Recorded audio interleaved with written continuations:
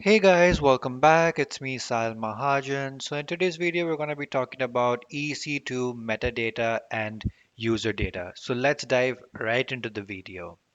So let's start off talking about what is EC2 metadata. EC2 metadata is simply data about your EC2 instance.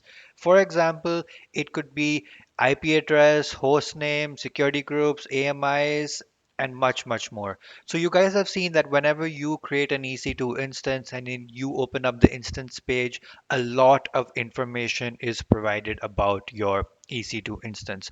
All of that information that is provided about that EC2 instance is your EC2 metadata. It's simply data about your EC2 instance. So moving forward, let's talk now about what is user data. User data is just another name for bootstrap scripts. It's the exact same thing, just that we call it user data here in the AWS environment. Now let's have a comparison between user data and metadata. So we know that user data is basically or simply just a bootstrap script.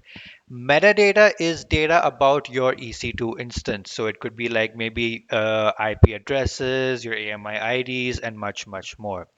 And another really fun thing is that you can use user data, that is basically bootstrap scripts, to access metadata. That is, you can use that specific script to access metadata, that is data about your EC2 instance. So now let's head over to the EC2 console and let me show you guys where can you find this user data or bootstrap script option while you are creating an EC2 instance. Guys, here I am on the EC2 launch and instance page. When you open this launch and instance page, I'm sure you guys know about all of these settings over here because we have gone over these multiple times. But when you scroll all the way down, we have an option that says advanced details.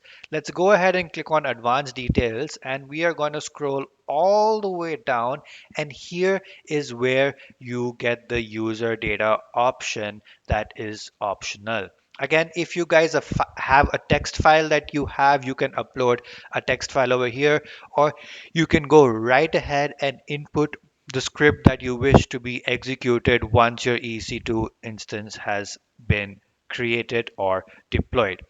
So I hope you guys did get a good idea about what EC2 metadata is, what is a user data, where can you find user data on the EC2 instance creation page. So in the next video, we'll be basically going over a use case related to this user data option. So I hope you guys did like this video. If you did, please make sure to leave a like, do subscribe, and do comment if there are any other topics that you guys would like me to cover. I hope you guys have a great day ahead. See ya. Take care. Bye bye.